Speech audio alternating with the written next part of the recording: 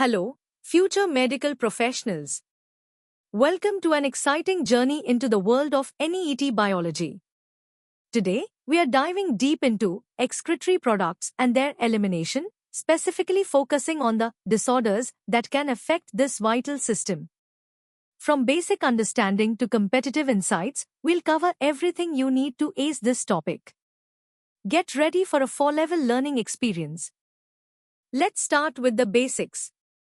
What happens when your body's waste disposal system goes wrong?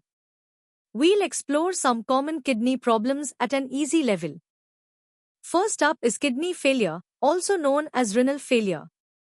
This is a serious condition where your kidneys, for various reasons, lose their ability to filter waste from your blood. Imagine your body's internal cleaning system shutting down, toxins would build up, leading to severe health issues. It can be acute, meaning sudden, or chronic, which develops slowly over time. Next, we have kidney stones, or renal calculi. These are hard, solid deposits of minerals and salts that form inside your kidneys. They're often made of calcium oxalate, but other types exist. They can cause excruciating pain, and even blood in your urine, requiring medical intervention. Then there's glomerulonephritis. This term refers to the inflammation of the glomeruli, which are the tiny, critical filtering units within your kidneys. When these filters get inflamed, they can't do their job properly. This often results from infections, like a strep throat, or certain autoimmune diseases. The consequence is impaired filtration, leading to issues like fluid retention and protein leaking into your urine.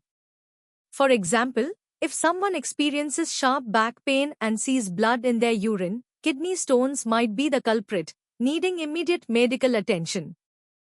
Time for some quick checks. Which condition involves hard deposits of minerals forming in the kidneys? What is the primary function lost in renal failure? And what is the main symptom of glomerulonephritis related to urine content? Think about the definitions we just covered. Ready to go a bit deeper? At the medium level, we'll explore the causes, symptoms, and initial treatments for these excretory disorders.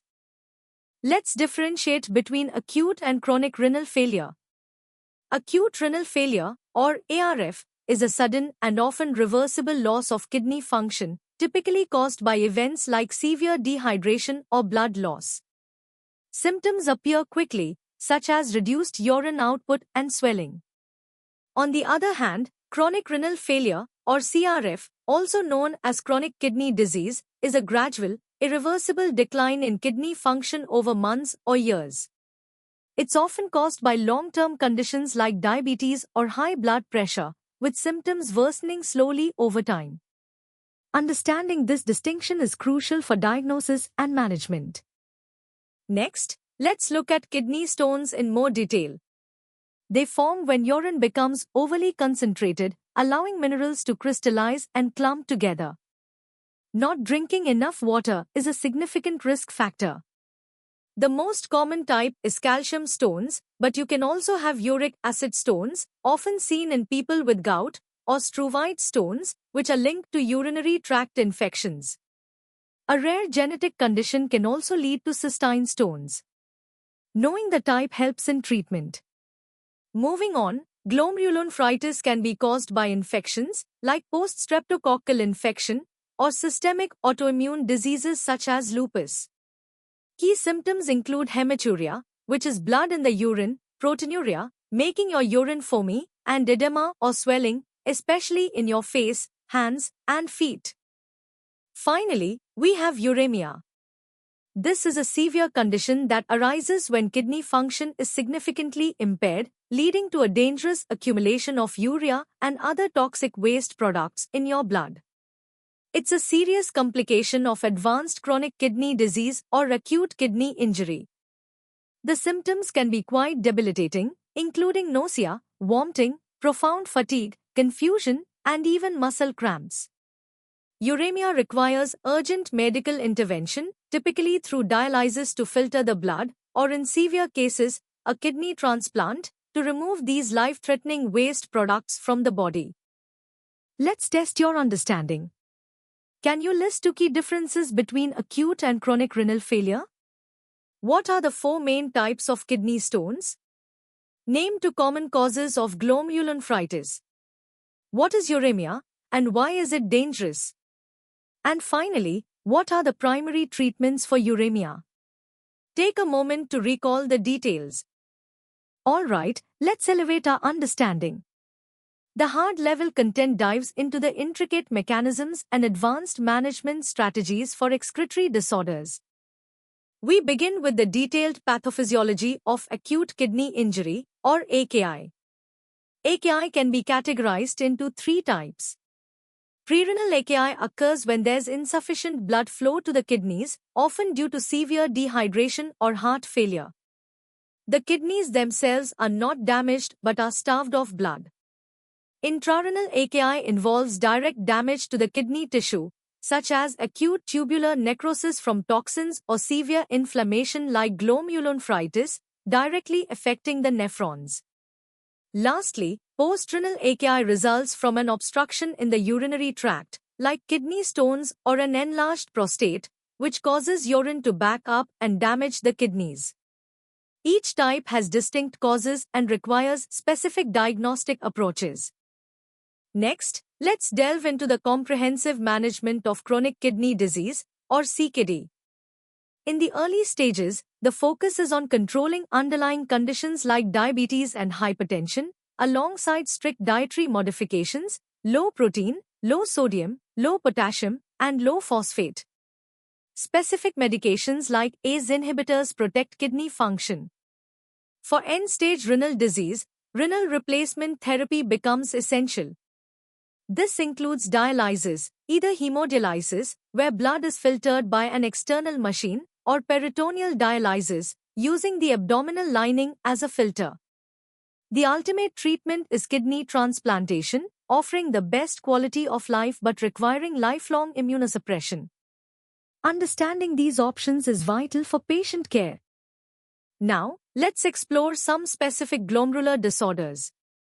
IgA nephropathy, also known as Buerger's disease, is the most common primary glomerulonephritis, characterized by IgA antibody deposits in the glomeruli. It often follows infections and can progress to ESRD. Post-streptococcal glomerulonephritis, or PSGN, typically occurs after a strep infection, where immune complexes damage glomeruli. It usually resolves, especially in children. Lastly, diabetic nephropathy is a major complication of diabetes. Chronic high blood sugar damages the kidney's microvasculature, leading to thickening of the glomerular basement membrane and progressive kidney failure. Strict glycemic and blood pressure control are crucial to slow its progression. These conditions highlight the diverse ways kidney filters can be affected. Time for some challenging questions. Can you explain the three main categories of acute kidney injury based on their underlying causes? Describe the different renal replacement therapies used in end-stage renal disease. What is the primary immunological feature of IgA nephropathy? How does chronic hyperglycemia lead to diabetic nephropathy? Why are ACE inhibitors particularly important in managing diabetic nephropathy? What is the main difference in prognosis between PSGN and IgA nephropathy? And finally, describe the dietary recommendations for early-stage CKD. Take your time to formulate your answers. Welcome to the hardest level. Here, we'll uncover the most complex aspects of excretory disorders, including their systemic connections, advanced treatments, and genetic underpinnings. Prepare for competitive depth. Let's begin with renal osteodystrophy, a complex bone disorder seen in chronic kidney disease. When kidneys fail, they can't activate vitamin D, which is crucial for calcium absorption. Simultaneously, they lose their ability to excrete phosphate, leading to high phosphate levels. Both low calcium and high phosphate stimulate the parathyroid glands to overproduce parathyroid hormone, a condition called secondary hyperparathyroidism. This excess PTH then causes bone demineralization, making bones weak and prone to fractures, a condition known as osteitis fibrosa cystica. Furthermore, abnormal calcium phosphate balance can lead to dangerous vascular calcification, significantly increasing cardiovascular risk. Managing this involves phosphate binders, active vitamin D, and sometimes even surgical removal of the parathyroid glands. Next, let's examine hypertensive nephrosclerosis and its intricate link with the renin-angiotensin-aldosterone system, or RAS. Chronic uncontrolled high blood pressure causes progressive damage to the tiny arteries and arterioles within the kidneys, leading to their hardening and narrowing.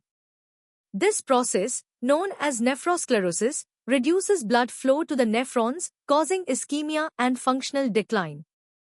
What's insidious is that this renal ischemia triggers the RAS. The kidneys perceive reduced blood flow and release renin, which ultimately increases blood pressure further, creating a vicious cycle that accelerates kidney damage.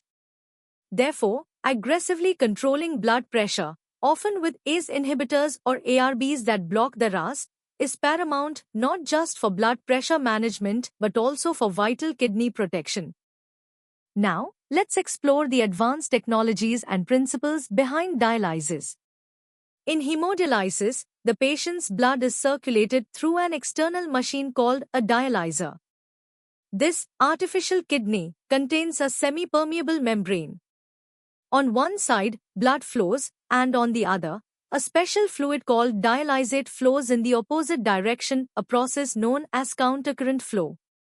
This setup optimizes the removal of waste products and excess fluid from the blood through diffusion, ultrafiltration, and convection, driven by concentration and pressure gradients. Modern dialyzers use highly efficient synthetic membranes like polysulfone. Peritoneal dialysis, on the other hand, utilizes the patient's own peritoneal membrane, the lining of the abdominal cavity, as the filter. Dialysate is instilled into the cavity, dwells there for several hours allowing waste exchange, and then drained. Glucose in the dialysate creates an osmotic gradient for fluid removal. This method offers more flexibility for patients, often performed at home. Let's move to immunosuppression in kidney transplantation. The primary goal is to prevent the recipient's immune system from rejecting the donor kidney, which it sees as foreign. This involves a carefully orchestrated regimen of drugs. Induction therapy, given at the time of transplant, uses potent immunosuppressants to prevent early acute rejection. This is followed by lifelong maintenance therapy, typically a combination of drugs from different classes, such as calcineurin inhibitors, anti-proliferative agents, and corticosteroids. These drugs target various pathways of T-cell activation and proliferation. However, this powerful immune suppression comes with significant challenges. Patients face an increased risk of severe infections, various malignancies, and drug-specific toxicities, including nephrotoxicity, hypertension, and diabetes, requiring careful monitoring and management to balance immune suppression with side effects. Here are your first 5 challenging questions. Explain the molecular mechanisms leading to secondary hyperparathyroidism in CKD. How do ACE inhibitors break the vicious cycle of hypertensive nephrosclerosis? Describe the role of countercurrent flow in hemodialysis efficiency. What are the key differences in the mechanisms of solute removal between hemodialysis and peritoneal dialysis? And what are the major classes of drugs used in maintenance immunosuppression post-kidney transplant, and their general mechanisms of action? Think critically. Continuing with questions 6 through 10. Discuss the major risks and complications associated with long-term immunosuppression after kidney transplantation. Compare and contrast the genetic basis and clinical presentations of ACT and ARPT. How does vascular calcification, a complication of CKD-MBD, contribute to cardiovascular morbidity? Explain the significance of microalbuminuria in the early diagnosis and management of diabetic nephropathy.